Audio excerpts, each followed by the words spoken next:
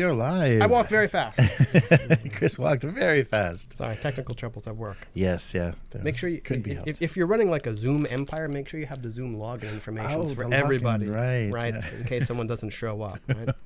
Okay, we got to teach this person's lessons. How do we get into their lesson? No idea.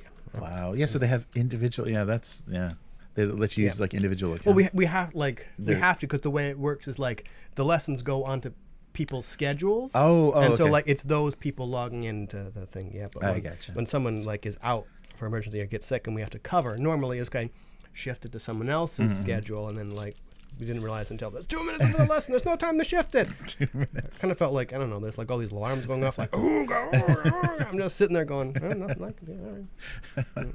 Only thing I can't do is leave to go to lunch. You know, Right. Yeah, of course. Yeah. Wow. But I'm here. I'm ready. Excellent. Well, hey, Matt. Hey, Miguel. How's it going? Hanging in there. Matt's getting sleepy. Me too. Yeah, you should have one of these triple espressos, Matt. Yeah, that's That'll help. All right. We're good. Yeah, so I did a unboxing for Frosthaven. Oh, nice. 36 pounds of board game. Oh my god, yeah. And I didn't do my usual. Usually I go through all the cards and everything, but there's so much spoilers in that the campaign of that game, so there's a lot I just couldn't open. But it was still kind of like a legacy-ish game. Yeah, okay. Yeah, and they realized very quickly that people may want to resell it or play it again, so they started doing reusable stickers for the boards and stuff, which is nice. Yeah. Legacy games are cool. I don't think they're to my taste that much. Like, well, this is really interesting. I like the idea.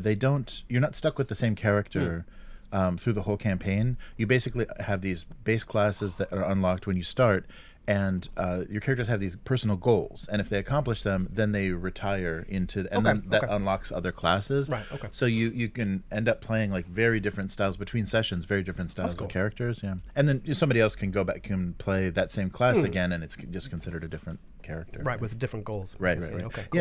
Yeah. So it's really interesting. The and it's diceless too. So it's card. The randomization is these modifier cards. So you get pluses or minuses or multipliers that you draw randomly. So that's your die roll basically during attacks. So you're more or less effective.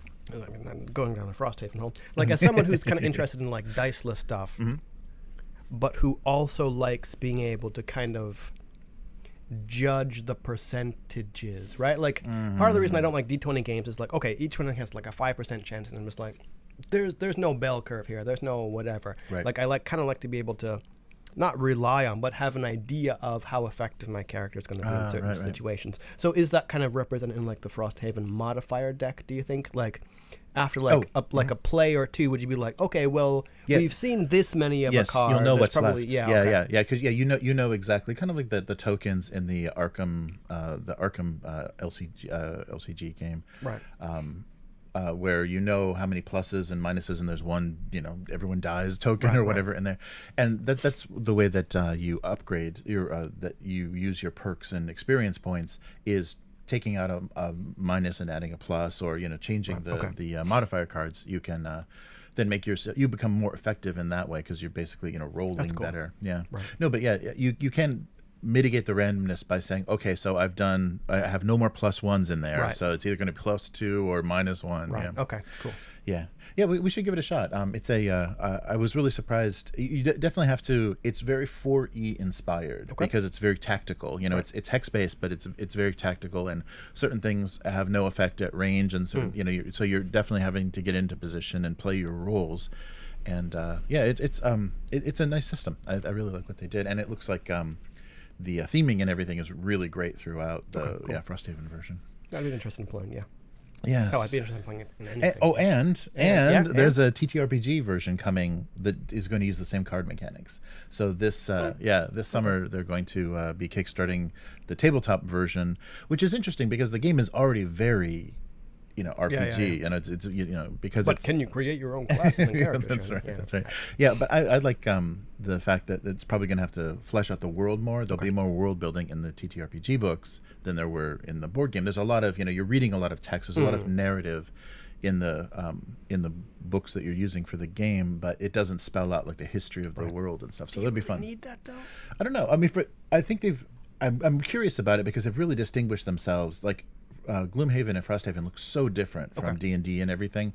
The way that they've gone with the look and feel of the world. So I'm curious, because there's so much more, things subjected to elemental magic, and it's very. I like the what they've done with it. So I'm curious if there's anything behind that. What the kind of the inspirations and motivations are. I think we kind of have the opinion where like wanting to know more about a world or thinking a world is well developed doesn't necessarily mean it's a decent world to play in. That's a good point. Yeah. No, that's very true. I think there's people that put a lot of work into worlds that are not very fun. It's like, Well, I mean, like after a certain point, you're just like, what more can we do? Right? There's like we're supposed to do things, not just sit here and. If I wanted to read about a world, I'd read a story, right? Yeah. Oh no, that's a good point too. Yeah, that there's a lot of great fantasy fiction out there. And not great fantasy fiction. But who am I to judge, right? Read whatever you want. As someone who slogged through like 4 audiobooks of that horrible dinosaur thing, right. I can't throw stones, right? So that's right. Read, listen to whatever you want. That's right. The podcast got good updates on when you were going through those, and Twitter did too. As well. I almost kind of considered going back. They're not free anymore, and I'm not paying money for that. No way in hell. You're probably responsible for them not being free anymore. There's like a little spike. There's a little spike in downloads. They're like, wait a minute, I'm losing money here. I am. We're leaving money on the table. Although I gotta say, like, hate watching is wrong. Right. Like, don't hate listen, don't hate watch, don't hate read. Find something you enjoy. Yes. Yeah, you're right. That's very true. Yeah, if you enjoy that, I don't want to hear about it. You're right. Yeah, tell YouTube that. Stop hate watching. Oh, man. All right, so let's get started for this week. All set. Cool. Oh, did you see there's a big 4x6 game mat over there, too? So we're going to have a... I did not. We're going to see. We're going to have the Lost Valley. So, yeah, our next Oathmark can be nice and big, and it won't glare. Nice, It's the neoprene. Cool. And I think I got to call the Japan Post Department because I think my giant spider showed up. Oh, cool. From Australia. Oh, nice. The real ones or just the real ones? Yeah, the real ones. Yeah, so I got to get on there real fast. Yeah, the real poisonous ones. Yeah, so shake the box. Shake the box. Make them good and angry before you open it. Oh man! I'm just thinking that you got bees. Sorry. All right. Getting all my sillies out. All right. Let's do this. Welcome to the Weekly. I'm Jeremy. I'm Chris. And this week on the Weekly, an open letter to D&D. Oh, okay. Hasbro proves they're a 100-year-old company. Okay. Hobgoblin Kickstarter. And Pathfinder 2nd Edition Remaster project. Okay. Yep.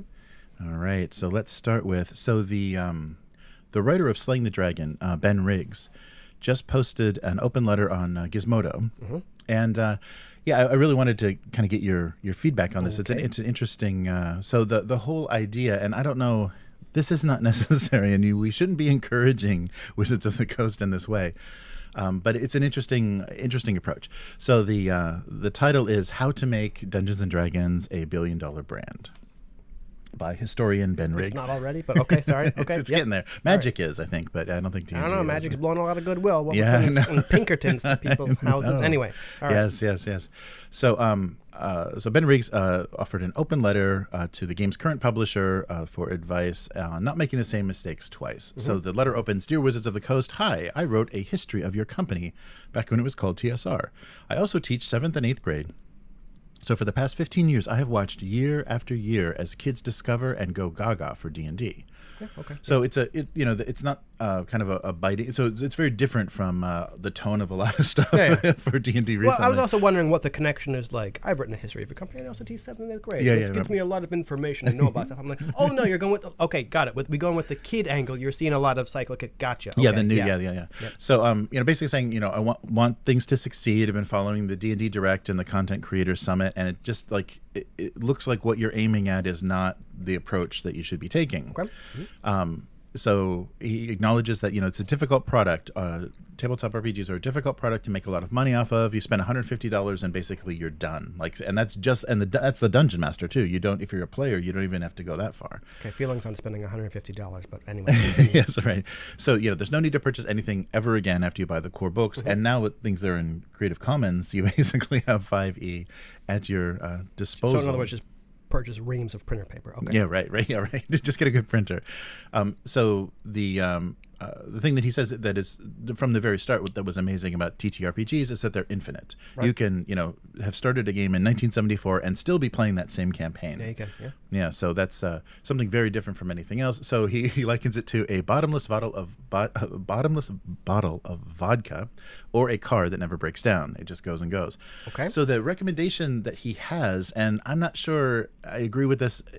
I don't know. It's very American in its approach. All right. But the most successful models to get the most people into what you're doing have been sports and religion. Oh, Christ. All right. Where is this going? All right. Right. And so he says, what you need to do is focus on the dungeon masters. So literally, they haven't been. Well, yeah. No, Sorry. All right. I think they definitely have been. But he's kind of talking about a new way, and I think this is where the religion comes in. Give them the tools and make them more evangelists for the hobby, because they basically have to do that anyhow. They're basically forced to do that to get people at the table. To be able to run a game, you got to convince people that it's worth their solo time. game, my friend. Yeah, right. Anyway. Right.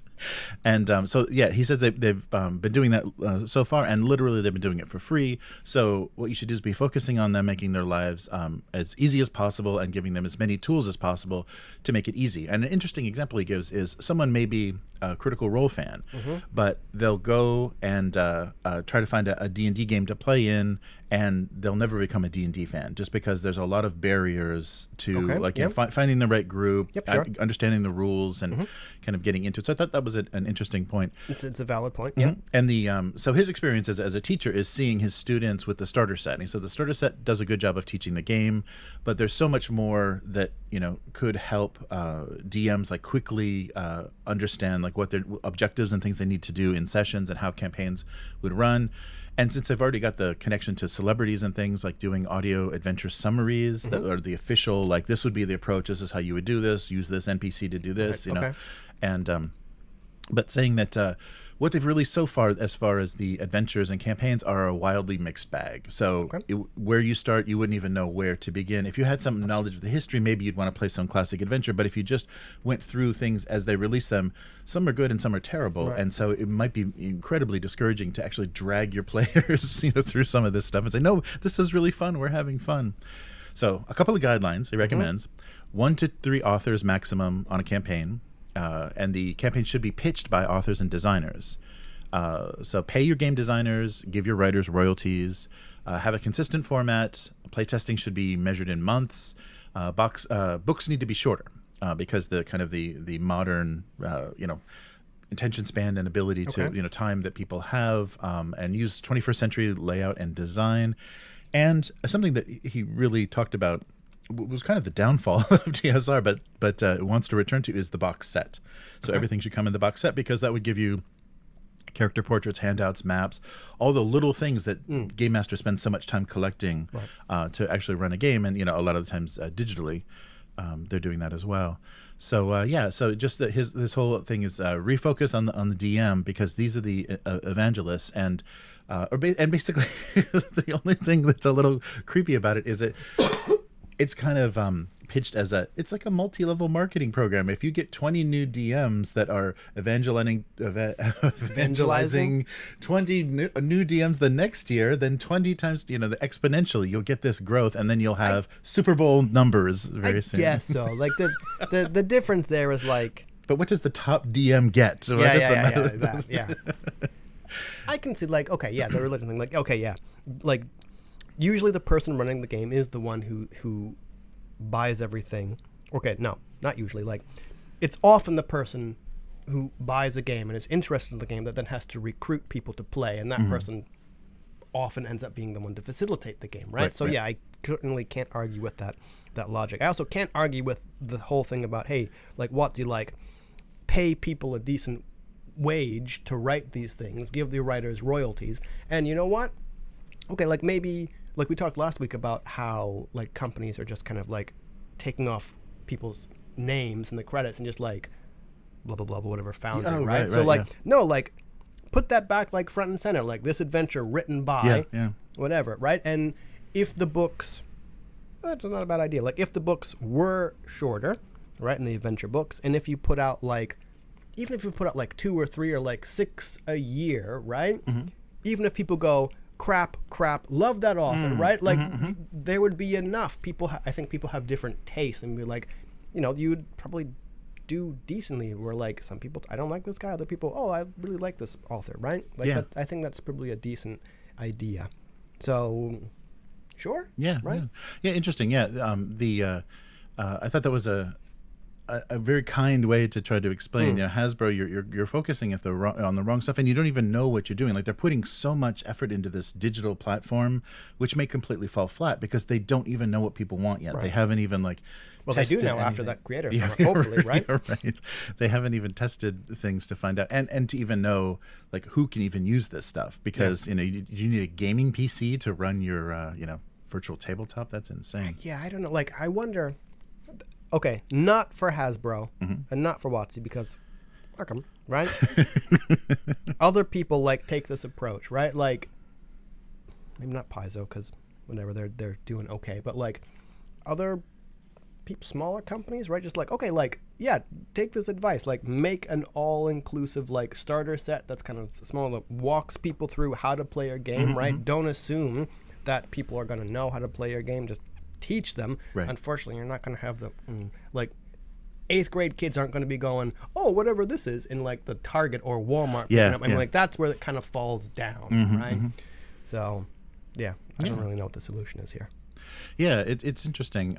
But yeah, I think that the barrier to entry, and I think it's just because of the origins of the game. It was taught, being a DM was taught by oral tradition. Well, it kind of had to be. Yeah, this is pre-internet. Where were you going to go to find stuff, right? You must seek out the wise man that knows how to run a dungeon crawl. Yeah, it's it's very different now because there's so many resources, but most of those are free fan-made stuff. And so, WotC really needs to step up and do official stuff. And then they could also say, this is our way to play, and right. What's your, find yours. But this is why? Sounds like Burger King. Have it your way. How we're aiming all of our adventures, or do what? Again, not that they need help, but do what GW was trying to do, but don't fuck it up, right? Go. Look out for the content creators that are making that accessible stuff, or building your first whatever. And sponsor them, right? Don't just bring them in-house and then say, here's your cease and desist. Don't make anything unless we tell you to, right? Don't do that. Yeah. Right? And, that's all the advice I'm giving for Hasbro. Yes, right. Also, maybe don't send Pinkertons after people who got product 2 weeks early. Who cares? Yes. Sorry. Yeah, speaking of Wizards of the Coast, and there was this hombre, this ornery hombre named Old School MTG. Okay. And this hombre was making a video. It was a Saturday morning in his house, and there was a knock on the door, and what he described as some rough-looking, some rough-looking men, heavy-looking guys showed up at his front door. But Old School MTG was quick on the draw, and no, actually they just came and demanded everything, and he turned it over.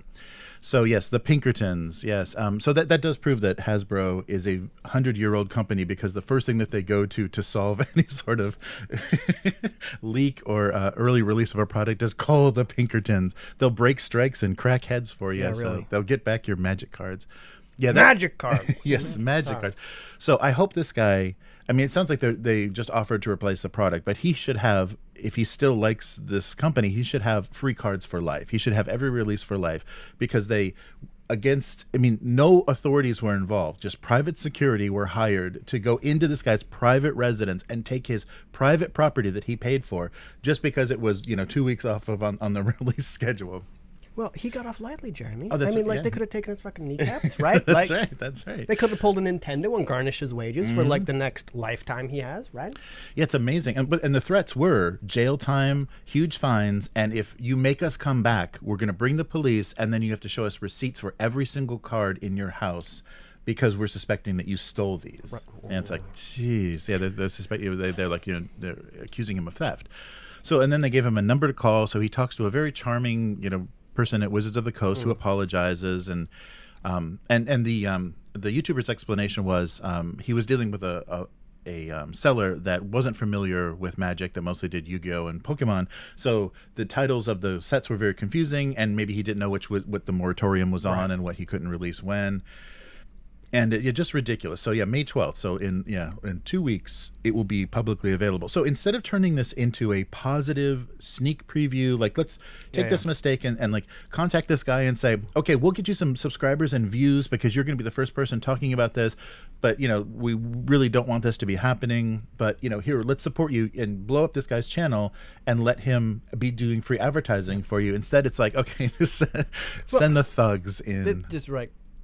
I don't know how much more I can talk about it because there's only one side, right? It's like, why, right? Like, the one of the explanations I saw online, and it's amazing. People will go to bat for a company that sends out private security firms to basically, like as someone said online, you want to like mess with pre-sec, play a Netrunner, right? Yeah, like, play right. Netrunner. Like, I don't know, is the story element being spoiled 2 weeks earlier than usual? That's the only explanation that was online, and in my opinion, not fucking worth it. Yeah, right. And it could have quieted this. Yeah, it could have made this very quiet. Like that video probably didn't have enough views that if they asked him to take it down right away, he would have obliged us. We'll just send you a bunch of free stuff, to take the video down. And I mean, could have turned this into a really positive thing, or at least made themselves look reasonable. But instead, they would have to be threatening. It's very funny, and this is actually not the first time something like this has happened. So in 2021, the same sort of thing was done involving Pokemon cards. So I think that's back in Nintendo's hands. It used to be Wizards of the Coast, but I think Nintendo took that back. So Nintendo did call people and go after, used a private investigator to go after people with advanced releases of Pokemon cards. So yeah, it just boggles my mind. It is. It's really strange. It's strange that they can't handle. So there must be such poor communication, because there should have been like marketing guys or legal guys saying no. This is not how we do this. Well, no. I think like someone brought it up online. Like this is exactly the point, right? Like someone said, oh well, it's possible WotC didn't even know what the Pinkertons were. Like that's the point. Like the company gets plausible deniability, right? They're like, whoa, we didn't tell them to. No. Why is there a kneecap sitting on our desk? We didn't tell them to do that. That was all them, right? Right. So yeah, plausible deniability. That is entirely the point of having outsourced. Yeah. Anyway. Yeah, it's very strange. I don't know what I mean, and they've had. It's just like I think Matt called WotC the gift that keeps on giving, because it is like how much more are they gonna fuck up? And more amazing. No, not more amazingly. More disappointingly, people are still going to fucking bat for him. Oh yeah. Like, what is there anything this company can do for you to go, oh, done, right? Apparently not. What do they got to do? Like eat a baby live on stage or something? Yeah. Oh, the baby really kind of had it coming, right? He wasn't a Magic player. No, exactly. But yeah, it's interesting. America has really cultivated this brand loyalty, this fanatical brand loyalty, and I think it's just because people don't. I mean, if you don't watch enough sports or you don't go to church, you got to fight with somebody about something. So it's like Coke versus Pepsi, and you got to have you got to have this thing that you're standing up for, and everyone else is wrong. And it's a weird thing. So you will have people go to bat for really bad behavior. That's why making something a lifestyle brand is like the most important thing you can do from a corporate standpoint. Like, what's the product? Doesn't really matter. We got to make this a lifestyle brand so that any critique of the brand is a critique of the people. Yeah, right? You say, what are you saying? Yeah, exactly. I'm not a 5e guy? You just saying I'm not a 5e? You insulted D&D. Well, you insulted me. No, I didn't. Do I look like a 5e? I get that. Like, a couple years ago after, getting into Alien RPG, like someone was saying, I couldn't really fucking get into this game. And I started to respond being like, I'm like, then I stopped. And but that knee-jerk reaction of, you have insulted this thing I like, took me a second to go, yeah. Who the fuck is this bozo? Why do I care? I like the game. That's kind of all that matters, right? And you're waiting for that 20th Century Fox check to come for I wish. It never. What I the wish. hell? If a 20th Century Fox check or Free League check did come, yes. I would shield the fuck out of that game. Right? The weekly shillcast. Exactly.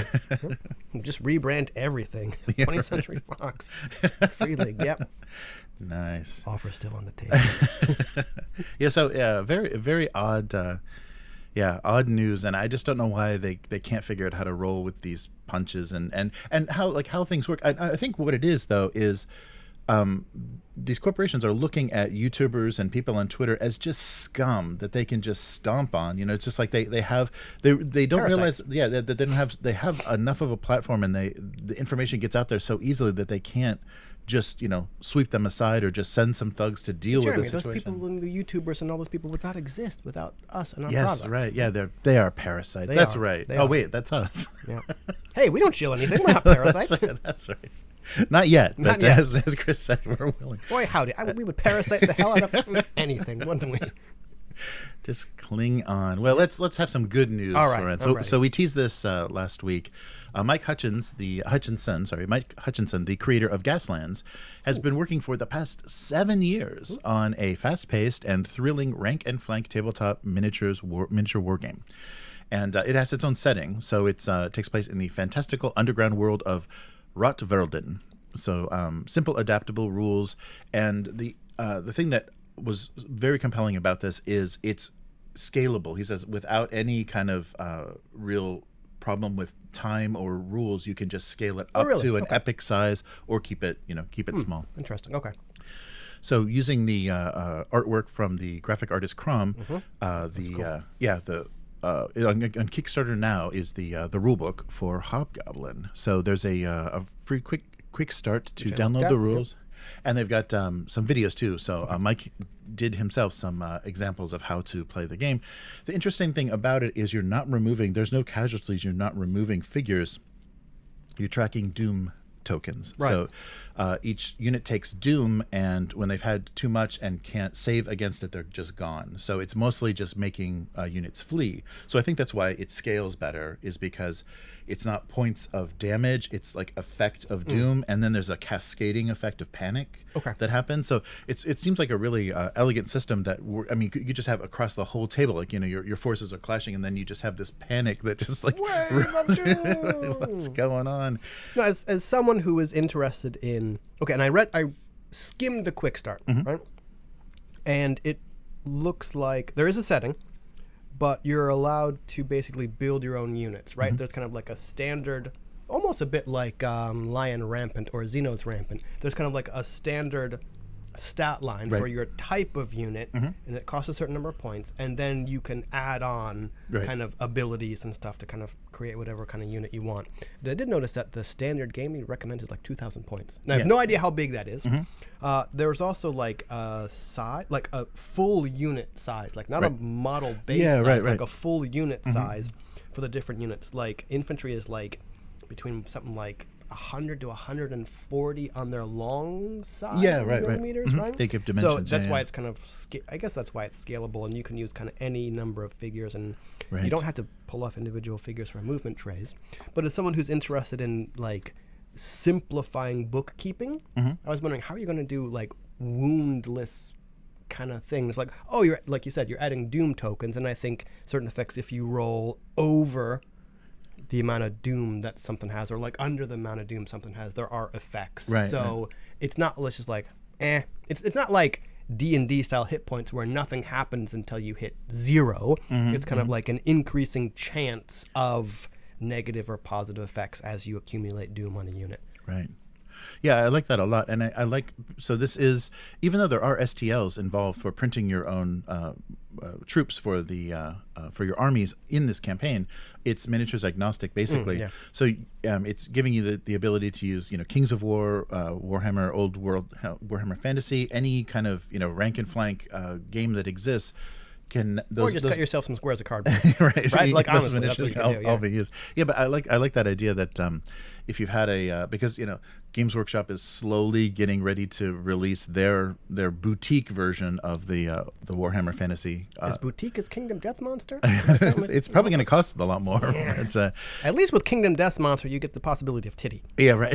That's right. That's which is completely turned me off that game. No, thank you. Right, but I was kind of making a joke, but whatever. But yeah, I don't doubt that whatever GW produces will be as expensive as that, right? Yeah, I think it's going to be as disappointing as their plastic release of Horse Heresy. It's just, why even bother? They're just trying to lure people in and try to keep as many, maybe regain some of the people that they lost with Age of Sigmar, but yeah. Really? Okay, I've kind of brought us on a tangent, but like GW is a model company that also makes rules. Right. Right? Let's be honest. And has to change them often to sell models. Yeah, and change them often. Like, why not, right? Right. So yeah, it is. I think we talked about this before. It's nice to see 3D printing is not as accessible as it could be, right? Like it's not there, right?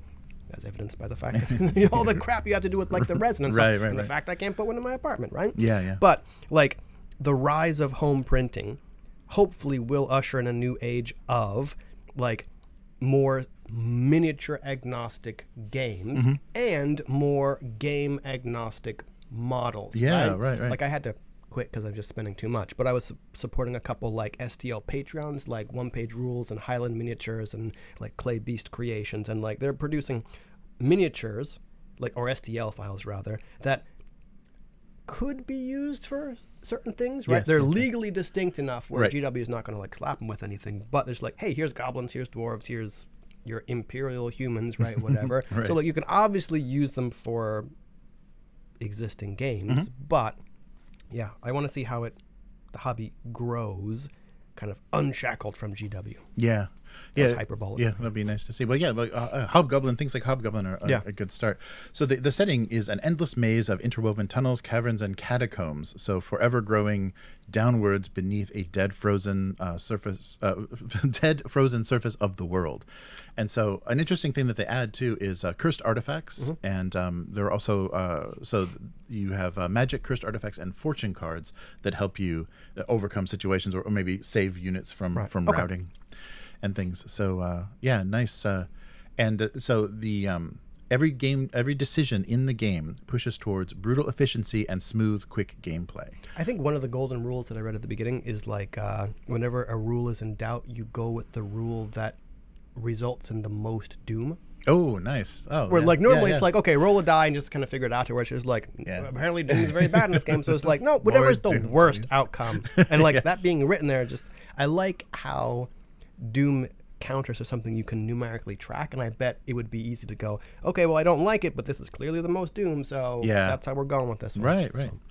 Yeah, so Electi Studio is who's publishing this with the designer, and it's going to be in English, hardcover, 128-page rule book, so 8.5 by 11, full color, glossy, and there's a deluxe edition too to kind of take advantage of. Even the PDF one's only about like $29.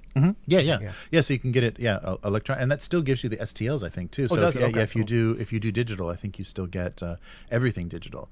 So that's pretty cool. And so the book, covers army creation, the cursed artifacts, movement, combat, the abyssal sorcery, so all the sorceries, underground, abyssal, darkness, the fortune cards, procedural scenario generation system, narrative scenarios, and then multiplayers. So three or more players can be involved. So they're going to be printing the rule books in Lithuania, not China. That's good. And the accessories and other things are going to be done in the U.S., and they're expected to be delivered by September of this year. So it's going to be a quick production because it's not a huge amount of stuff. So a quick production of the book. So definitely looking forward to that. So nice. So that's Mike Hutchinson, and if you play Gaslands and like those rules, this is a great Warhammer alternative. And so it's funny too that this is running because Warhammer, whatever the event is that's happening this weekend, they're making the announcement for the return of old world Warhammer fantasy battles. And we'll see how disappointing that's gonna be. I am mildly curious about the rules, right? Just because I want to see. Back to GW, I want to see the iterations of how things are getting streamlined and what they've what Age of Sigmar and stuff has taught them, because basically Age of Sigmar made them change 40K, and I don't think anybody's really happy about that. So we'll see where they're going, but things are just going to be, if you want the elf lord on whatever, it's going to cost a fortune now, because it's going to be these are going to be. I hate to say it, but I understand the pricing, right? You've got your army. You're only going to need one of these things. We're going to price it the most expensive, as opposed. Like I get why you do it, right? Yeah, I'm just really tired of the British YouTubers they're not really shills, but they're so defending. I don't know if it's like hometown heroes or whatever. Defending Games Workshop so much. Lifestyle brand. So they right. That's exactly it. It must be that thing, because they say, is this an expensive hobby? Well, not if you were into boat racing or motorcycle motorcycles or whatever. This is a very cheap. Of course, it's plastic and paper.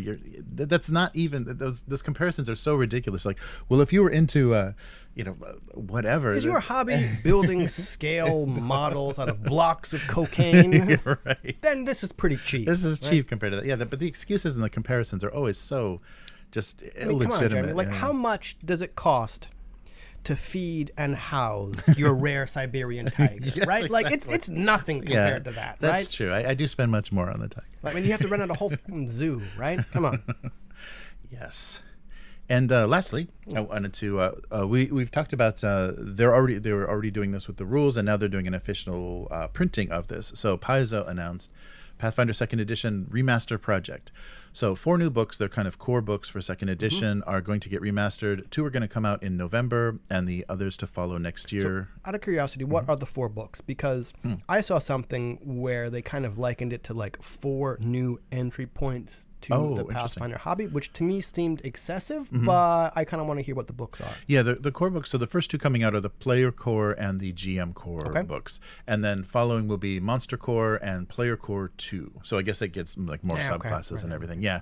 Yeah, so they're not, I think it's just the base books that would be like in a box set or whatever, a gift box set. That's going to run you about, what, $200? Yeah, I think they'll probably be around that. Yeah, they didn't give any prices, but yeah, it's going to be their standard per book. Yeah. So everything's going to be compatible with existing 2nd edition items and everything. There's going to be comprehensive errata, rules updates, and they're trying to make the volumes easier to use, so easier to find. And they still already Paizo does a pretty good job of like colored borders and stuff, so you know what section you're in. You're like, oh, this is spells. Let's get out of So combat. Flip. Sorry, that's a lot of stuff. Yeah, so they're going to help try to reorganize it a little bit. So so in time, so their statement that they released in time, the Pathfinder Player Core, Pathfinder GM Core, Monster Core, Player Core 2 will be replaced.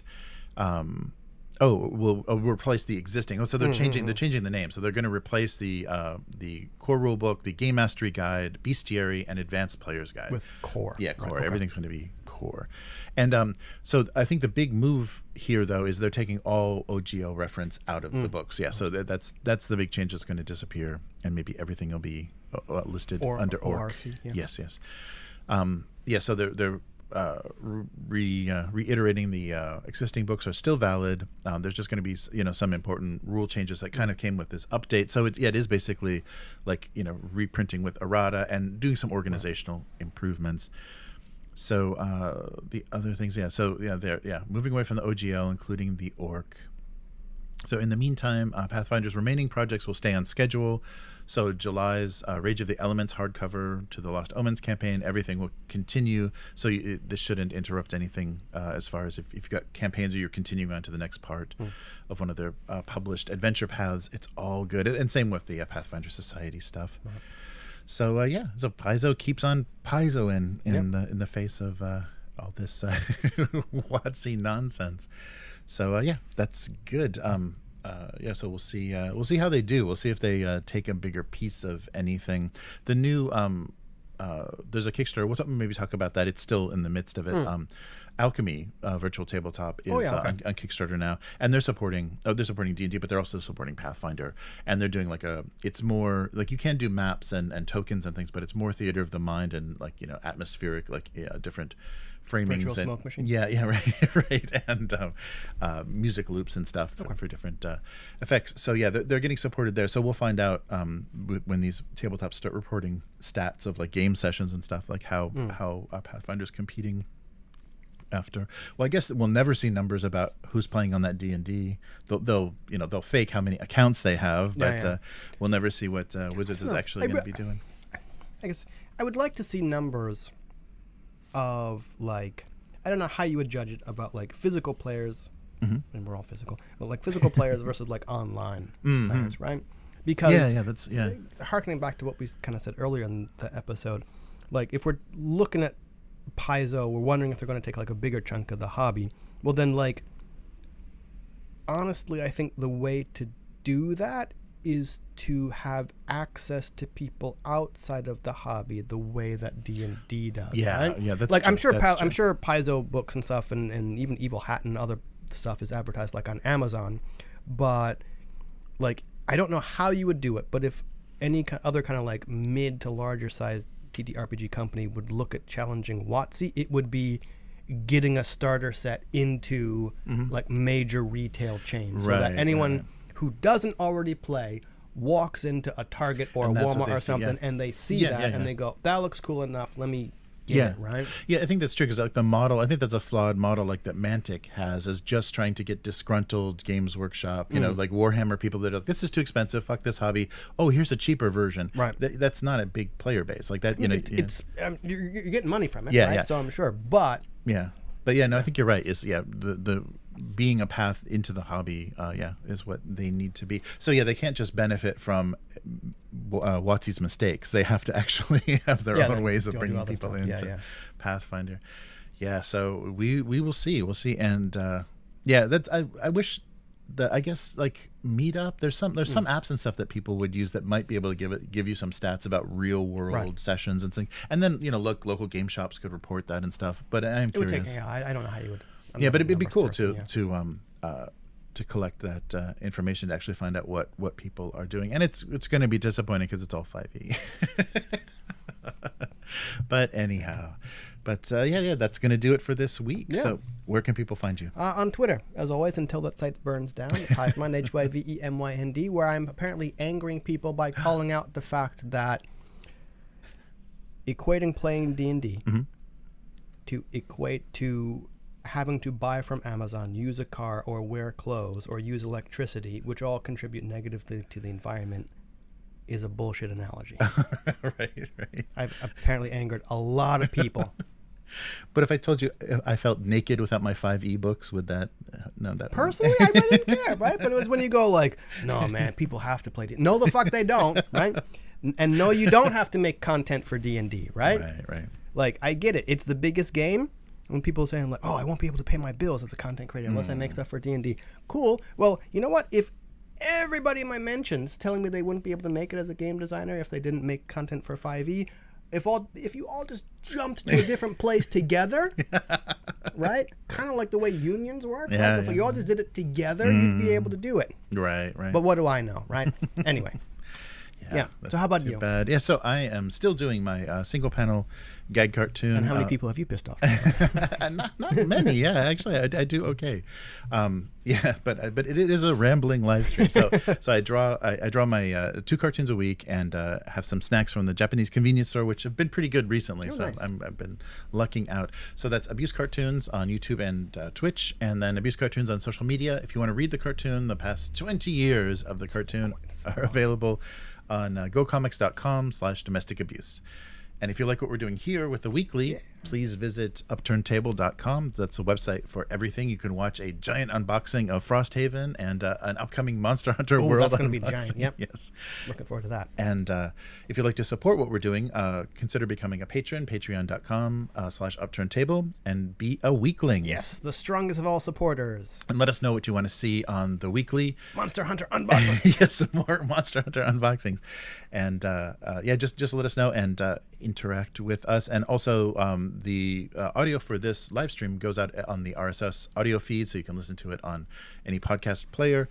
And and subscribe on YouTube or Twitch to get updates when we go live, so you can comment, hang out in the comments with ignore you or read it after the chat. That's right, with Matt and Miguel. So the chat that's running, so be part of this thing running up between us right here. I should do it this way, right? Yeah, right. I'm used to being on camera. It's over here. So thank you for joining us, and we'll be back again next week. Later, mortals. Goodbye.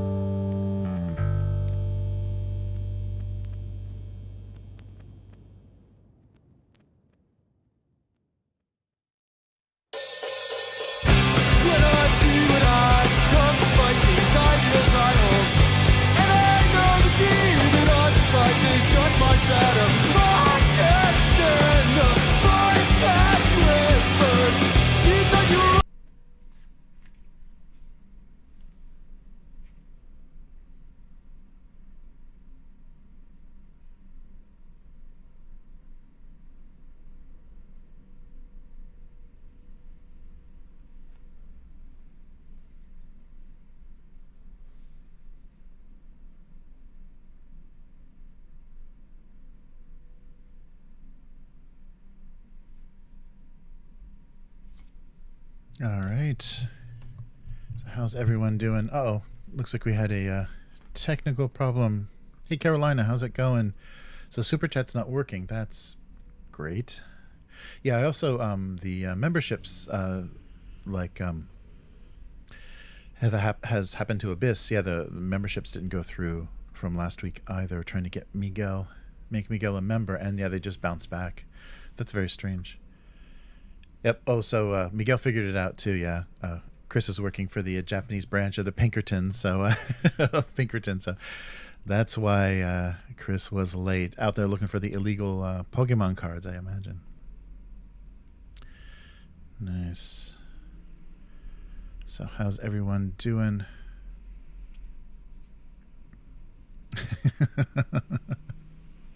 Yeah, that was such a strange story that just bounced around on social media all this week. There were so many people reporting that about the magic card thing. And they could have turned that into positive press. You know, they could have made that... I don't know why the storylines for Magic the Gathering cards are actually that important. It's crazy. Yeah, very, very crazy. Oh yeah, Pinkertons. Yeah, Red Dead Redemption. The Pinkertons were a were a presence. That's really goofy. Yeah. It said the thing that I read is that now they're just mostly doing like loss prevention. They're part of Paragon or something. There's some like larger security company that owns that name now, but they still keep the name alive. But yeah, they're not doing the strike. Breaking, union busting that they used to, in the past. Yeah, that's funny. Carolina says now I've got sound clips from the good, the bad, and the ugly on tap to to suit your mood. Yeah, perfect. Oh yeah, that's a good point, Carolina. Yeah, John Wick doesn't got nothing on Clint Eastwood. Yeah, especially in those the Fistful of Dollars, that Dollars trilogy. Nice.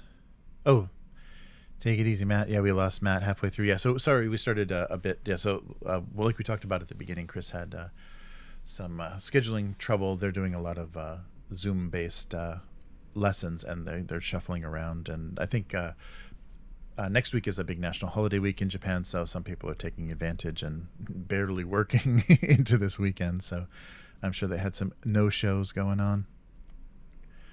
Very cool.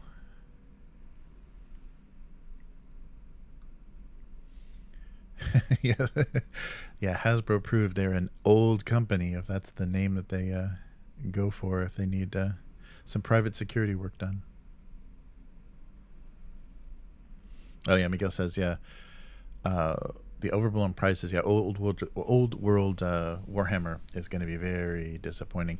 Yeah, they're probably going to try to get the FOMO going and get the hype going for it. And it's back. But yeah, I can't imagine they're going to do, because they're having so much trouble with releases. Like I've just been reading on message boards about people playing Horus Heresy, and no one's playing Horus Heresy. The models just aren't coming out fast enough. They're discontinuing a lot of the kits, the resin stuff on Forge World, to maybe roll it into plastic or re-release it somehow, but it's not coming out fast enough, so people can't build their armies at a decent enough rate. And I'm not sure how happy people are with the rule set or anything. So yeah, sorry Caroline, I'm not sure what's going on with Super Chat. That sucks.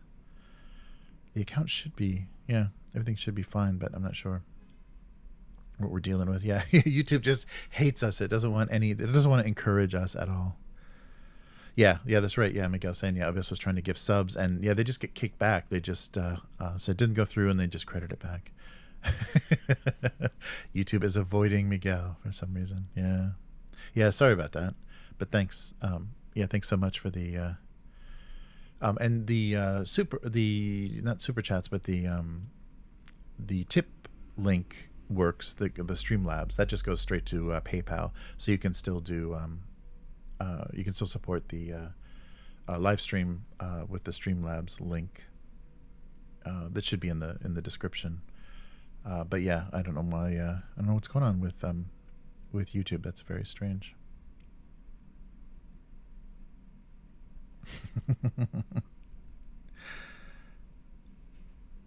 Yeah, Amazon. Fun. Yeah. So that was part of the. Chris was in a little bit of an argument on Twitter talking about so people were defending they're developing third-party content for 5e. So that's the only way they can feed themselves, and so it doesn't matter what you think is wrong with Wizards of the Coast, because you buy things from Amazon, you buy things from the big oil companies in America to fill your car up. You're supporting a lot of bad companies that you don't agree with, and but Chris tried to make the distinction that you're talking about necessities like food and transportation, and I think D&D is just still considered just a luxury, just something for disposable income, not something your family needs. But I think that's just going to be an endless argument. Oh, we got a subscriber a couple days ago. Let's put him up on the screen. Does this work? Yay! Thank you, Nate NG, Nate Ing, maybe. Thanks for subscribing. Yeah, GW is not going to be able to stop themselves. Yeah, I'm curious what I think what Warhammer World or whatever the event is this weekend, they're going to do some big announcements, and some rumors were going around that they're going to re-release the classic sets, but that doesn't seem to make much sense. Even if they have those old, dies or molds, they're able to produce that stuff. Those static, like, kind of old. There's a little bit of nostalgia there, but they're not very playable models because it's like identical. It's like 20 identical goblins and stuff. Or so maybe people would buy them for nostalgia's sake, but they're still floating around there. If you want an old set, you can still not probably sealed, but you can probably get a set pretty cheap of those fantasy starters. So I wonder what they're going to do. They're going to try to tap into the nostalgia, and they're not going to apologize for killing the old world. That's the thing that's so funny is they're bringing it back, and they didn't have to get rid of it. They could have just made a big shift in the rule system, but they wanted to legally defend every variety of dwarf and elf that they had in their world. They can't re-release something that costs. Yeah, right. Yeah, it costs $50, and then, that's right, because you can get the old stuff for about $50, and they can't do that new set for $200 or whatever. Like their starter set prices, especially in Japan. I think the Horus Heresy starter was like $400, like close to $400. The yen is much weaker now, but it was close to $400 for retail, and that's just crazy. So I wonder what kind of reaction it's going to get, and people still, and that's the thing. So we'll talk about maybe it's not coming up until sometime in May. So in the next couple of weeks, we'll talk about Warzone Eternals coming back. They're going to try again with a second Kickstarter campaign, and that's another thing that's difficult because there's a group for Warzone Eternal, but there's also a lot of Warzone groups and Mutant Chronicles groups, online on Reddit and Facebook and stuff. And there are still people that have, full metal armies. There still are the old rules. So it's a real barrier to get people to have a new rule set that's good enough, that have new miniatures that are good enough for people to totally ignore the fact that they have all of this stuff and jump into a new thing, or jump into the updated version of it.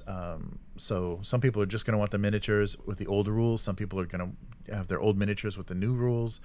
So yeah, it'll be interesting to see how they do the second time around. But I think that's the thing they're going to face with the old world is there's so many models out there, and there's so much stuff you can still buy secondhand, that if they price things insanely and they're not amazing models, that it's going to be hard to sell. And I wonder if they're actually going to be able to lure anybody back to buy something new. Yeah, I don't know. The made-to-order of a Howlin platoon cost 1/3 of the average Japanese salary. Oh, that's insane! Wow. And Miguel saying it's without rules though, and they make the figures on site, so they outsourced the manuals to China. Yeah, a decade ago. Yeah, that's really frustrating that the books and the print material, which used to be really consistently nice quality, is now going. All that stuff is being printed in China, and they're keeping this like insane markup in Japan. You'd think that we could get books from China much cheaper in Japan, but yeah, we're not getting any sort of price break for them doing a cheaper, lower quality production for printing. And that's I was watching the video about what happened with Cursed City, the Warhammer Quest game that they tried to release and completely failed. But I think that was a big part of it is the one of the guys that defected from Games Workshop was talking about, because GW puts the little Union Jack on the box, meaning that means everything is made in the UK. When they have all this paper and cardboard coming in from China after Brexit, they were breaking rules, or the tariffs were really high for that. So that's a big reason why they scaled the numbers way back, because all of a sudden their costs went way up. So they just adjusted the number that they made, couldn't fulfill any orders, disappointed everybody, and then just said, yeah, this isn't a game anymore. And so the expansions that were going to include those new models, the models were already designed, maybe the dies were already made, so they had the molds, so they just produced those miniatures, but they were supposed to be part of sets, expansion sets, just like with Blackstone Fortress, that had expansions with miniatures and cards and new rules. So they just released the cardboard. So that was their solution. It's like, everything we make in China, that's a separate product, and we're not going to say that it's made in the UK. But they charge the same price. I mean, the expansions were insanely expensive for just a few cards and tokens for Cursed City. But yeah, there's an explanation of how they messed up, and how Brexit contributed to the screw up with that. And so yeah, now we'll see what they do in the future. Wow, a bit under 90K. That's insane. Yeah. So prices for just getting into it and wanting to immediately go full scale with anything from Games Workshop is pretty daunting. That's amazing. And I think that's why so much stuff ends up on eBay, so much unopened, on the auction sites and stuff, so much unopened stuff, because people go full into it and okay, I'm going to make this list and I'm going to buy all the units, and they never even open the boxes. So things just have to get eventually cleared out. So Miguel's saying, I understand the difficulty of international commerce, but one would think that the people that draw a salary in that field would have a better understanding than us, right? Yeah, you'd think that, the people that are dealing with the logistics and everything, they would have been able, and it sounds like from the explanation, and this was someone in kind of management that was talking about this, so maybe they didn't have total access to all the information, but yeah, they sounded like they just made a huge adjustment because they didn't want to get hosed on price. They didn't want to lose money, so they just cut the quantity down, and made a whole disappointing. But it's funny because especially Cursed City had so much lead up. They were like the FOMO machine was going, and they had so much promotion of this setting and this world and these characters and the game, and this is going to be great, and there's not enough for anybody. nobody can get it. So yeah, very, very strange. Yeah, I'm excited. I like the look of the miniatures. The new kind of they're single pose. They're not so customizable, but the single pose miniatures look much better than the kind of really generic stuff they were doing first time around. I still don't know enough about the rules to be excited about Warzone Eternal, so I'm a little skeptical. I'd like to talk to those guys. I'd like to talk to Resnova again. But we'll see if we can make that happen, because I'm curious like how their thinking changed. They added more people. I think they got rid of their crowdfunding manager and have some new people involved. So hopefully they'll do better this next time. I wonder how they're going to like people that were reluctant, or I mean they funded, but they didn't fund well enough. So I wonder if they're what's going to be different that they think is going to encourage, and maybe they've played enough with the pledge levels and stuff that they can get more from each person pledging this time, so that their totals are bigger and better. I don't know. I mean, I just don't see the I don't know. I don't want to say that, but I really like the enthusiasm and the passion with the Chronopia campaign. I like how those guys were thinking about the game and kind of the love for that. And I think they have it for Warzone, but they just don't take criticism well or something. I don't know. There's a lot more kind of a little bit more angry community around Warzone, which is too bad. But we'll see. We'll see how it goes. I hope they have a better shot next time. Miguel saying the prior ones let me down. The miniatures, because I think they were trying to be efficient and just do generic for all the corporate troops. They're just trying to do generic bodies and then just change the arms for weapons and change the heads for the different units, and then just be able to customize them with a generic set. And they looked dated and kind of wonky a little bit in that way. So we'll see if they've got that fixed. And now they're having, I think there's a Brotherhood faction from the start. They're having miniatures for things that they didn't have before. So we'll see. Generic. I mean, I think that was an interesting thought, and something that was different from the original, how they released the original models, because they could then you could field a bigger diversity of units, and all they had to do is include certain backpacks or certain weapons or things in there, and you could have different units. But I don't know. We will see.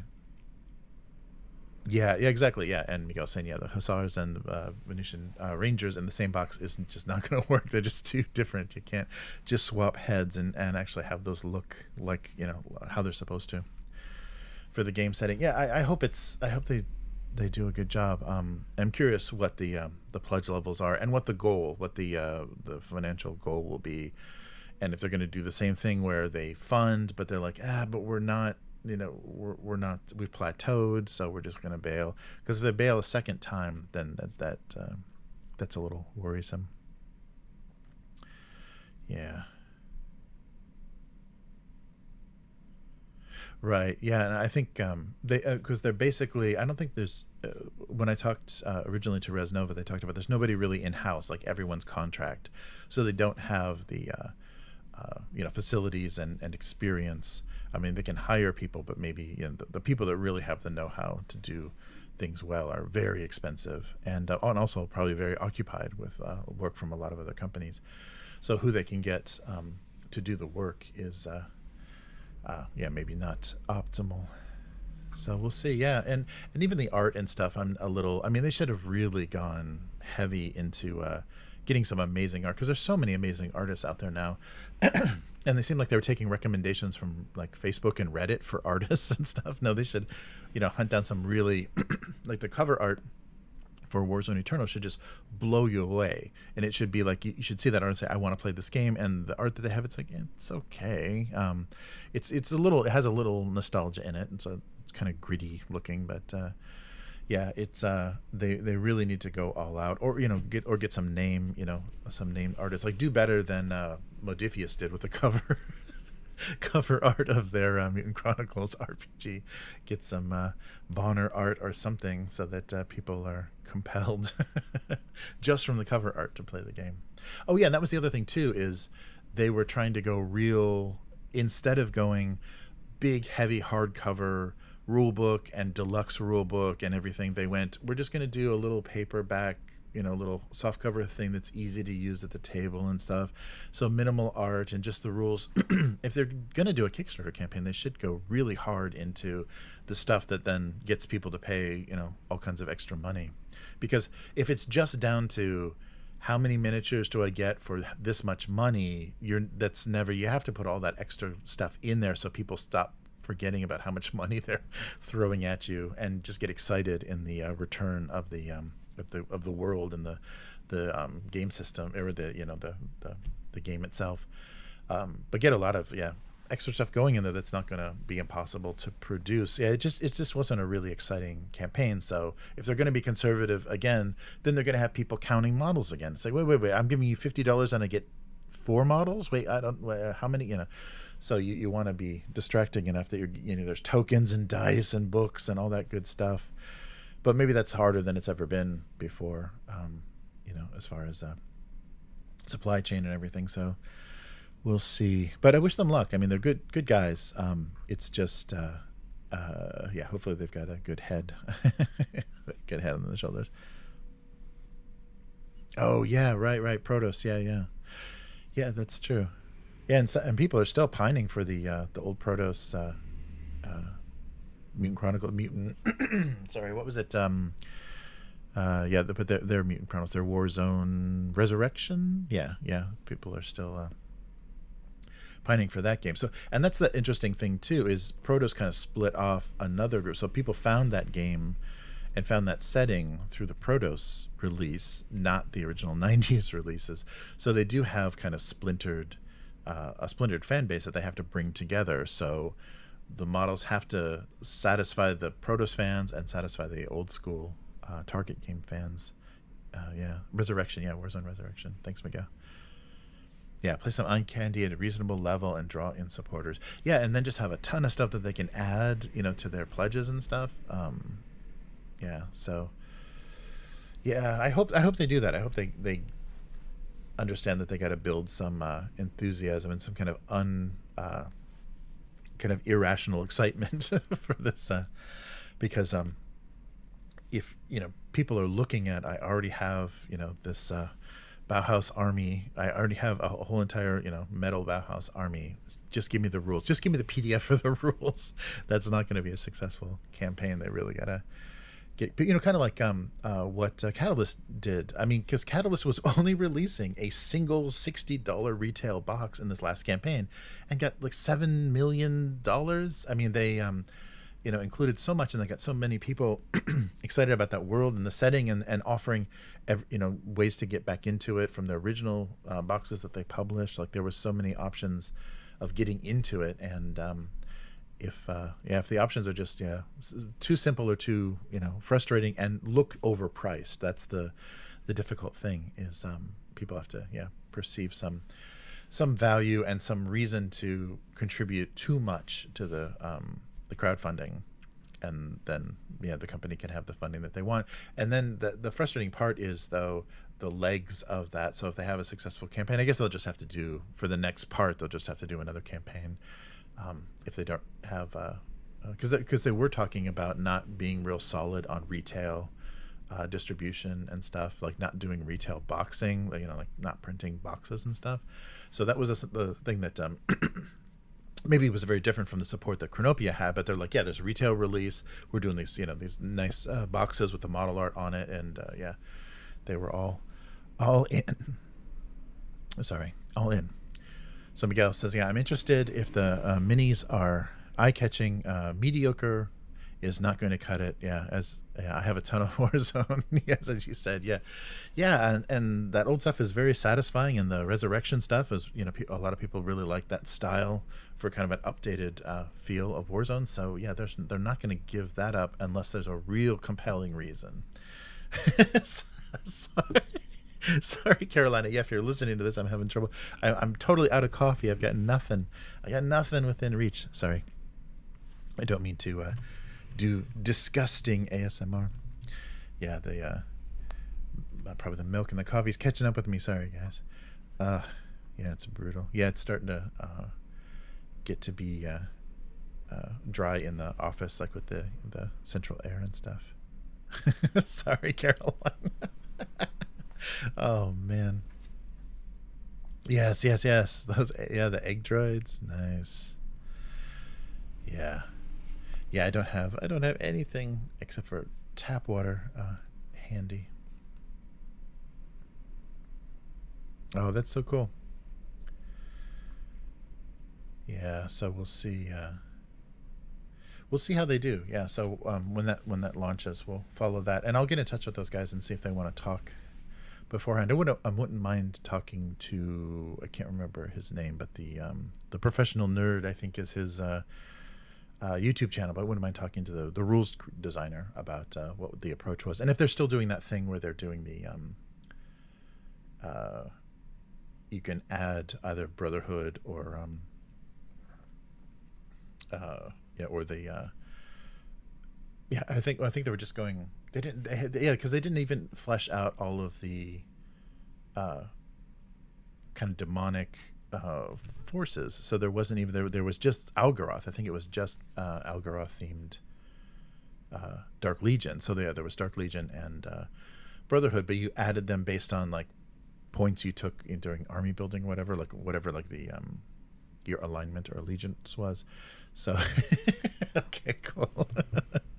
Thank you, Carolina. Okay, just a sec. I'll be right back. Make for some better audio. Just give me a second here. Oh wait, do I have a be right back? No, I don't. Okay, so you can check out the game shelf. Just a sec.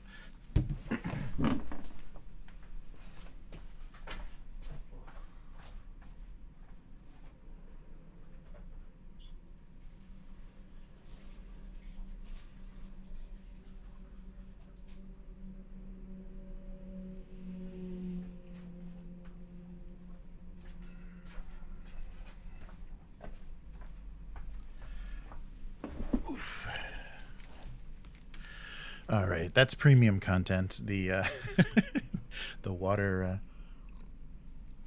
retrieval part. Yeah, so that's only for patrons and faithful viewers on YouTube. Yeah, careful with the mortificator fans. They will purge you first and ask questions later. Yeah, I wonder what they're gonna do. And maybe there will be. We haven't seen the Kickstarter page, but I want to see rules very early, and they were really holding those back. Maybe because they weren't finished or they weren't confident about them. I think they did one kind of battle report, kind of casually, so you saw a little bit of how it worked. But yeah, I really want to know what they're thinking. So I don't know. We're gonna be we'll be crossing our fingers, and I guess we'll get a good sense of that too when the campaign is running. Between the comments on the Kickstarter and their Facebook group, we'll see how happy or frustrated people are gonna get. Yeah, I don't know. I just don't know. And timing wise, I wonder, because they're going to be, is there any other big releases or anything? I mean, I guess they're directly going up against, well, I guess the campaign will be finished, but 10th edition, Games Workshop is building up hype for 10th edition, so people have stopped spending money on 40K waiting for 10th edition. So maybe the timing is good, that they'll have some extra income because they're not, they're waiting for the new version to hit. So maybe that will be to their benefit. Who knows? And also too, that was the having Chronopia be a European product. They already were doing translations, already thinking about translations and things. So hopefully, Warzone Eternal will have a better grasp on that, because they do have a huge, Spanish following and everything. So they need to make sure they're going to get rules translations, or at least, have those promised when they are releasing stuff. Yeah, I agree, Miguel. I mean, it's gonna be wait and see. But I love that setting, and it's also good timing because it's the 30th anniversary. So, 93. If you call Warzone's release 93, then 2023. It's 30 years. So yeah, this year's the 30-year anniversary. So they should push that really hard too. I mean, if they're licensing the rights, they should take advantage of that and just say, on the 30th anniversary of this game, we're giving you an all new version, and it's wonderful and nostalgic, and 30 years, yay! Because BattleTech was doing 40th, right? They were doing T-shirts for their 40th, which I think was next year. But yeah, they did T-shirts for the campaign for their 40th. Yeah, we'll see. Sorry, amiga. I'm sorry. Yes, we save all of our. It's basically just the Games Workshop fund. It's what is that? It's an escrow account. Basically, I put my money into an escrow account that I can't touch until Games Workshop says pre-order. When I get the pre-order command, I'm ready. Yeah, that's great. Yeah, wow, 40 years of BattleTech. That's amazing. And it's so cool that 40 years later, it's having such a resurgence, that they've got so much support for that game. That's really cool. I think, between the PC games and them not, going crazy with changing the rules, it stayed alive that whole time because people knew about it because of PC gaming. So that's cool. Carolina, how many games do you have? Too many. Yeah, it's a lot of Ameritrash Kickstarters. Yeah. So yeah, we did a lot of board game, a lot of board game pledges and stuff. Yeah, so a lot of it. The reason there's a lot of boxes for things, it's a lot of Kickstarter, so all the supporting stuff. So yeah, the last one to go up here, probably over here behind the chat, is going to be the Monster Hunter. Yeah, I think that's the last big one. I think I've got. Yeah, Monster Hunter and maybe The Witcher. The Witcher board game is coming, but then that's about it for big Ameritrash. We just don't play. We've been playing more tabletop. We've been playing more war games than board games. So it used to be there was a pretty regular meeting, and we played a lot of board games. So just started to acquire a lot of the lots of miniatures and big board games. But that's slowed down. A lot of people that we were doing that with left. And the only other option is these monthly meetings with the kind of this gaming group based in the city, and you have to haul all the stuff there, and it's ridiculous. They rent like a community center space, and then everyone hauls their board games in giant backpacks and stuff. But it'd be easier just to play here, so you just have to build that group up again. That's the only thing that's frustrating with. Expat is when all of your game group is expats, people go home, or people have kids or get jobs in different cities and stuff. So people are much more mobile. So yeah, we've lost a lot of the group. Yeah, because we had a pretty big Netrunner group that was meeting really regularly. So a lot of everybody was keeping up with all the whatever they were called, data packs or whatever the releases were for the expansions for the game. So there were so many, and that's how Chris and I started meeting for lunch. We met for lunch and we were playing Netrunner during lunch. And I think it's just because Chris lost some coworker that they were doing that on the lunch break. And then when the office relocated and then we were closer, then Chris had us doing that. Yeah, so otherwise, yeah, that's crazy.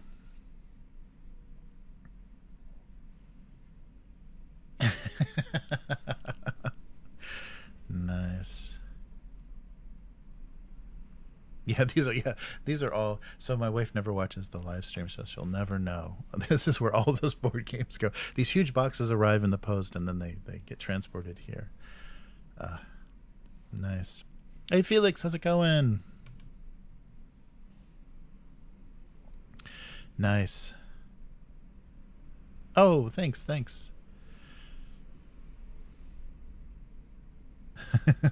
That's great. Yeah, yeah.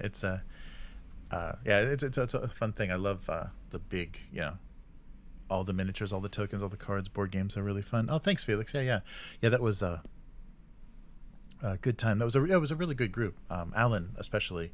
I think between just people that he knew and then people from Jig from the game group, yeah, brought a lot of people into. Yeah, so we had a pretty big Netrunner meeting. That was great, and there was something I think different about the Netrunner community. That it was very welcoming, and I don't know what it was. It was funny because that grew faster than any other, like faster than D&D or any kind of board game group or anything.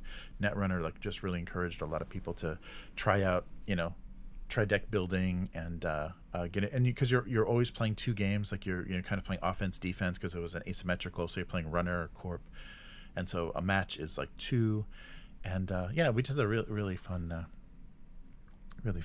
casual group. Nice. Oh yeah, very cool, Felix. Yeah, definitely. Yeah, let me know if you'll be around. That would be really good. Yeah, it's a shame. It's a shame that they Fantasy Flight lost the license. It seemed like towards the end too they were struggling that rapid pace of card release. But yeah, there'll be something else like that out there one of these days. It definitely won't be published by Fantasy Flight, but we'll see. Yeah, there's some people that are doing some pretty regular. What is that? Arkham Horror, whatever the new Arkham LCG is. There's people that regularly meet for that, but I'm not crazy about that game. It's okay. The mechanics are just okay. I think I'd rather play a Cthulhu RPG or board game than that card game. Very cool. Yeah, but that was a fun community. So that's where all of the different gaming groups kind of spawned from us just meeting through Netrunner. So that worked out well. Very cool. Yeah. So yeah, I've got the. I guess I should do some sort of video for that. Just kind of review, because the only thing we've ever used before. So on the table right now that you saw, maybe before. Oh yeah, you saw for the last Oathmark is a PVC kind of cracked earth desert pattern battle mat, where we just got a big neoprene one. So I should do a video for that and just kind of compare, because I'm curious. This is a P-Works mat. So all the PVC stuff I have is Deep Cut Studios. That's a P-Works mat from Italy, and so I'm curious about the printing quality, especially on that mouse pad material, because it absorbs so much more ink. So sometimes the color's not so vibrant. But I do have a neoprene for Armada, the Mantic fantasy ship battle, which the printing is really vibrant. It's really bright, because it's just like a blue ocean pattern.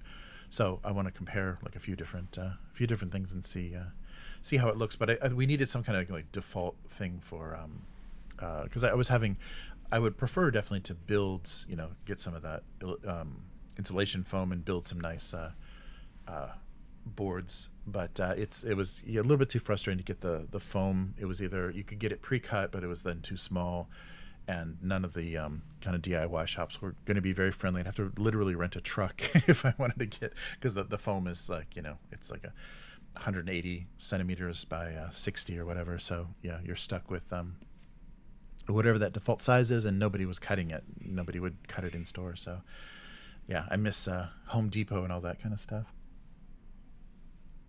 And also having bigger cars in the U.S. I would have a very amazing gaming table if it were still in the U.S.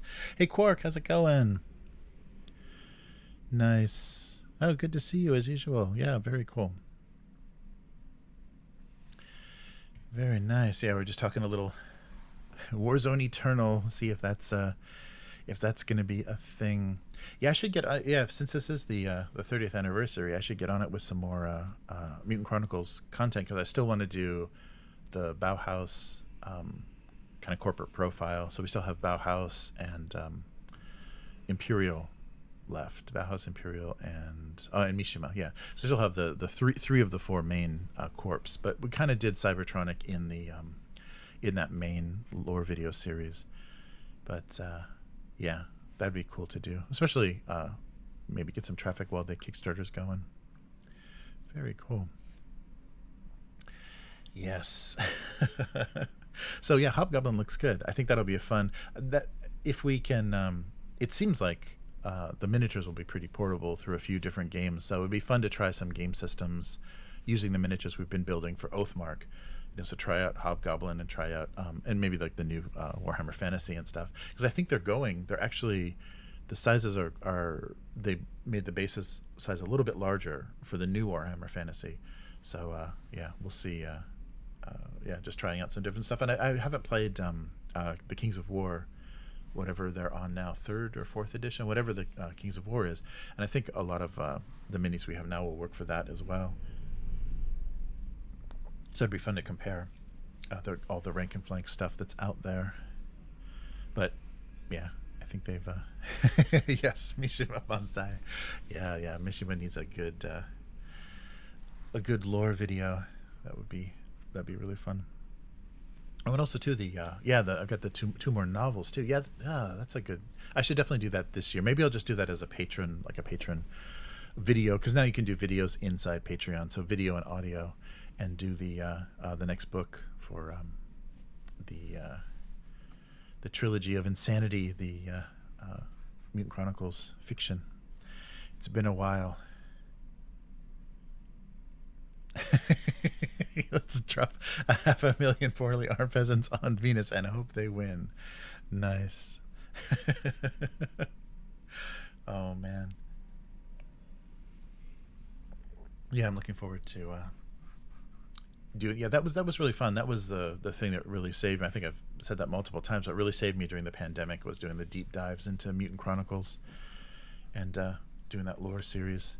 So yeah, we should keep that going, because I'm sure there are people that were on the Patreon that's like, wait, where's the where's the Mutant Chronicles content? Because it's been a while. Been focused too much on the actual plays and stuff. So it's just a lot of stuff. There's so much stuff to stay on top of. But the fiction thing, I think, is probably get back to doing that more regularly. That would be good. And I think with at least with Warzone Eternal, I think there's going to be some more fiction done. I'm not sure how good it's going to be, but there'll be some more fiction for Mutant Chronicles. Miko says, though, I must confess that the Martian trains have their charm. Nice. Yes. Oh man, yeah, that's a great setting. I hope I don't know, I hope Res Nova does good. It just that license, that IP is out there. I wish somebody would come up with a series for a streaming channel or something. It's so funny that there were like literally 2 Mutant Chronicles movies made, and I don't know how they found that IP or how they chose that IP, but that was it John Carpenter, The Ghosts of Mars. Did you guys ever see that, the behind the scenes photos where originally they had there were Dark Legion symbols like carved? So basically it was a Mutant Chronicles movie that they just ended up changing. Maybe they didn't do the licensing or whatever, but they just changed it to generic, demonic cult on Mars thing. But the original story was supposed to be so Ghost of Mars. Yeah, John Carpenter's Ghost of Mars was supposed to be Mutant Chronicles, because there was originally some makeup for some of the actors that had the symbology from Mutant Chronicles, but I guess maybe it fell through. Maybe the licensing or whatever, they wanted to cut the budget or whatever, and the doing it in that setting. So that was really funny. I didn't have any idea. I mean, I kind of suspected it fit, like the way that they were telling that story. It kind of made sense, but it never got released. Yeah, that never got into the final film. It fell apart before then. But yeah, there's makeup tests and stuff for all of the Dark Legion troops and stuff. That's crazy. Yeah, so we'll see. Oh yeah, that was the one thing too. They were pushing. I saw on at least the preview page for the Res Nova, the Warzone Eternal. They're pushing the heroic signatures, so maybe they had to update, because I think when they got the license previously, they hadn't. It was still not Paradox, but whoever was managing the license before that manages everything, Conan and everything. So now they're marking it all as heroic signatures. So we'll see. But yeah, I think our hopes of seeing us streaming, seeing something on streaming for Mutant Chronicles are probably over, because that golden age of everybody throwing money around on productions, and so that's why I think it might be a very slim chance that we're going to see any Warhammer stuff on streaming. I know that they're talking with Amazon, but yeah, I think after that Rangs, the Rangs of Power failure, I don't know if Amazon's still going to throw so much money at streaming. And yeah, Netflix isn't, and yeah, I don't know. That's too bad. All right, it was good to see everyone in chat. Yeah, Felix and Cork, it was good to see you guys. And of course, as always, Miguel and Agent Carolina. Sorry about the voice, and then sorry about the super chat. I don't know what's going on, but yeah, Warzone the TV series would be great. Yeah, there's got to be, yeah. But nowadays, I mean, I think you could probably, with a pretty small budget, probably do something pretty convincing and just put it on YouTube. So I think there is some Warzone fan stuff. But yeah, that would be great. Get some support going, but yeah, I don't know. We'll see. But in the meantime, we'll keep making lore videos and reading fiction to enjoy that setting. So we'll see how it goes. Felix says, oh yeah. Oh, currently running a Starfinder campaign. Oh, nice. Yeah, I would love to go back. Yeah, yeah, Starfinder was really fun. The stuff we had. Yes. Nice. Yeah. Yeah, that was a really fun. They did a good job at that when that was originally released. Like, we did a review, and then Jackson ran a little campaign for us, and yeah, it was really fun. They did such a nice job of a sci-fi conversion, because it wasn't just space elves, space dwarves, but there was kind of cross compatibility. Like, you literally could take a Pathfinder character and make it a Starfinder character. There was enough to kind of port over, but it didn't. It had its own unique feel. That's very cool. Very cool.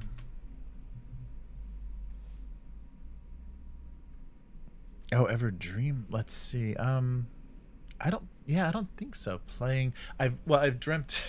It's not I dreamt of playing, but I've dreamt of the GM stress of prepping. Like, I've had those, didn't study for a test dream where I didn't prepare for a session kind of GM thing. So I have had that, like, the stress of I've got to get this read, or I got to prepare something, and then the night before or whatever, having a dream that I didn't do that.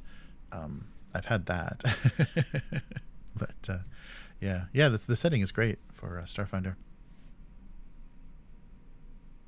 Yeah, Felix, currently we're doing Vaesen, the kind of supernatural detective in the mythic Scandinavia, so kind of fantasy, 19th century, 19th century Scandinavia, so 1800s. Yeah, 19th century Scandinavia with Matt and Will. We've been doing a couple of those, because those are mystery based, so there's a few sessions for each mystery to kind of resolve, similar to Tales from the Loop or a lot of the other Year Zero stuff.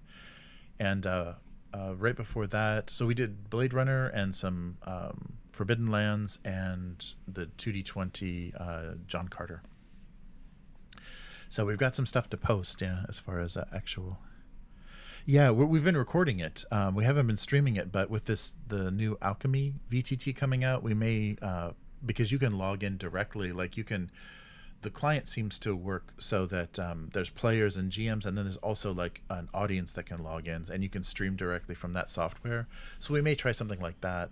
We still need to be able to record, because we're recording in Discord and just playing on a VTT, more like theater of the mind, a little bit of map and token, but mostly just images, and the handouts are digital and stuff. So we haven't been streaming it. I miss that too, being able to get people together and do an actual live stream of the sessions like we did for Alien. That was fun. But nice. Oh, very cool. Yeah, so the next thing that's coming out, I'm kind of in halfway through editing the audio. It's taking forever because it was like a 4-hour session, and it takes me forever to get through audio. But we did the one shot for Dragonbane, so the new fantasy system, or kind of the revised system that Free League is doing for Dragons and Demons. So Dragonbane, we did the one shot, quick start, and that's almost done. Coming out, so just a real small adventure, but that's 3 players, so a little bit more, and I'll post that. And but yeah, that's the thing I want to figure out, if there's a way we can do a nice way to like either let people watch us playing. I think the edited one is much nicer as far as content, but yeah, as far as people being able to enjoy the sessions, yeah, that might be a fun way to do it, is stream it on a virtual tabletop that people can just watch what's going on. We don't do webcams; it's just audio, but there's still, a lot of visuals on the VTT. That might work well. Very cool. Yeah, good to see you, Felix. Thanks for stopping by on the stream. Yeah, stress streams. Yeah, Carolina, exactly. The GM stress. GM prep stress streams. Nice.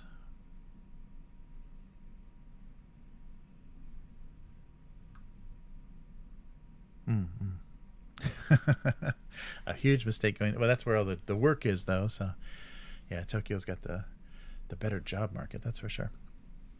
But we've got the play space here, so that's good. Nice. Very cool. Yeah, so everyone take care, and I'll wrap this up. Yeah, I should record something. Yeah, probably won't do it today, but I'll take a look at that. Make sure that Matt made it okay. And yeah, so that'd be a good thing to review, though, because since we're doing that pretty regularly now, is take a look at some of these mats and see. Yeah, the first ones I bought were the Malifaux size, the 3x3 Malifaux. So we'll look at all of those. So that'll do it for this week, and thank you so much. So if you're listening to this on the Patreon RSS, thanks for being a patron and supporting what we're doing, and we'll do this again next week. So take care, everyone, and see you then. Goodbye.